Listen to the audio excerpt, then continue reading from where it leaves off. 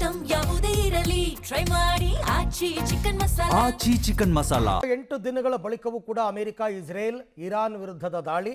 Iran ಕೂಡ ಈಗ America Israel ವಿರುದ್ಧ ಮುರುಕೊಂಡು ಬಿದ್ದಿದೆ. ಸದ್ಯಕ್ಕೆ ಯುದ್ಧ ನಿಲ್ಲುವ ಯಾವುದೇ ಲಕ್ಷಣ ಕಂಡು ಬರ್ತಾ ಇಲ್ಲ. ಲೆಬನಾನ್ನಲ್ಲಿ ಪೂರ್ವ ಬೆಕಾ ಕಣಿವೆಯಲ್ಲಿ ಸ್ಫೋಟವಾಗಿದೆ.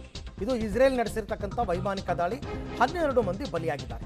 ಇಸ್ರೇಲ್ನ ದಾಳಿ ನಬಿ ಚಿಟ್ ಪಟ್ಟಣದಲ್ಲಿ ವೈಮಾನಿಕ ದಾಳಿಯಾಗಿದೆ. ಭಾರಿ ಪ್ರಮಾಣದಲ್ಲಿ ಸಾವು ನೋವಾಗಿದೆ.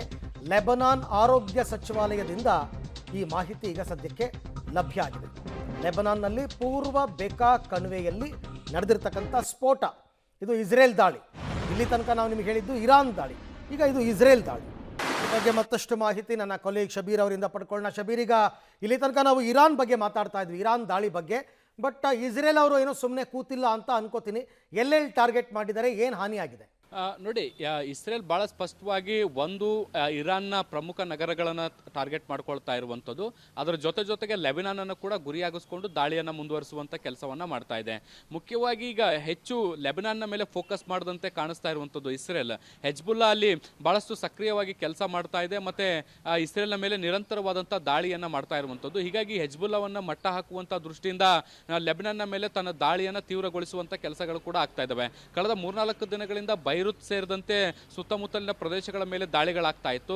ಈಗ ಲೆಬನಾನ್ನ ಪೂರ್ವ ಭಾಗದಲ್ಲೂ ಕೂಡ ಒಂದಷ್ಟು ದಾಳಿಗಳನ್ನು ಕೂಡ ಶುರು ಮಾಡಿಕೊಂಡಿರುವಂಥದ್ದು. ಮುಖ್ಯವಾಗಿ ಕಣಿವೆ ಭಾಗಗಳನ್ನು ಗುರಿಯಾಗಿಸ್ಕೊಂಡು ದಾಳಿಯನ್ನು ನಡೆಸುವಂಥ ಕೆಲಸಗಳಾಗ್ತಾ ಇದ್ದಾವೆ. ಯಾಕಂದರೆ ಕಳೆದ 2-3 ದಿನಗಳಿಂದ ಇಸ್ರೇಲ್ ನಾನ್ ಸ್ಟಾಪ್ ದಾಳಿಗಳನ್ನು ನಡೆಸ್ತಾ ಇದ್ದಂತೆ ಹೆಜ್ಬುಲ್ಲಾದ ಕೆಲವೊಂದಿಷ್ಟು ಸದಸ್ಯರೇನಿದ್ದಾರೆ ಅವರು ಕಣಿವೆ ಪ್ರದೇಶಗಳಲ್ಲಿ ಹೋಗಿ ತಲೆಮರೆಸಿಕೊಳ್ಳುವಂಥ ಕೆಲಸವನ್ನು ಕೂಡ ಮಾಡ್ತಾ ಇದ್ದಾರೆ. ಯಾಕೆಂದರೆ ದಾಳಿಯ ಭೀತಿ ಯಾವಾಗ ಬೇಕಾದರೂ ಇಸ್ರೇಲ್ ದಾಳಿ ಮಾಡುವಂಥ ಸಾಧ್ಯತೆಗಳಿದ್ದಾವೆ. ಸೊ ಹೀಗಾಗಿ ಹೆಜ್ಬುಲ್ಲಾ ಸದಸ್ಯರಿರುವಂತಹ ಚಟುವಟಿಕೆಗಳನ್ನು ಆಧರಿಸಿ ಈ ಕಣಿವೆ ಪ್ರದೇಶಗಳಲ್ಲೂ ಕೂಡ ದಾಳಿಯನ್ನು ಮುಂದುವರಿಸುವಂಥ ಕೆಲಸವನ್ನು ಮಾಡ್ತಾ ಇರುವಂಥದ್ದು.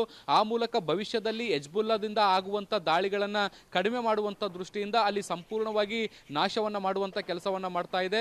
ಜೊತೆಗೆ ಹೆಜ್ಬುಲ್ಲಾ ಇಟ್ಕೊಂಡಿರುವಂಥ ಶಸ್ತ್ರಾಸ್ತ್ರಗಳನ್ನು ಕೂಡ ಧ್ವಂಸ ಮಾಡುವಂಥ ಕೆಲಸಗಳು ಕೂಡ ಈಗ ಮುಂದುವರಿತಾ ಇದ್ದಾವೆ. ಅರವಿಂದ್, ರೈಟ್, ಹಾಗೆ ಸಂಪರ್ಕದಲ್ಲಿರಿ ಶಬೀರ್, ಮತ್ತೆ ನಿಮ್ಮ ಜೊತೆ ಮಾತನಾಡ್ತೀನಿ.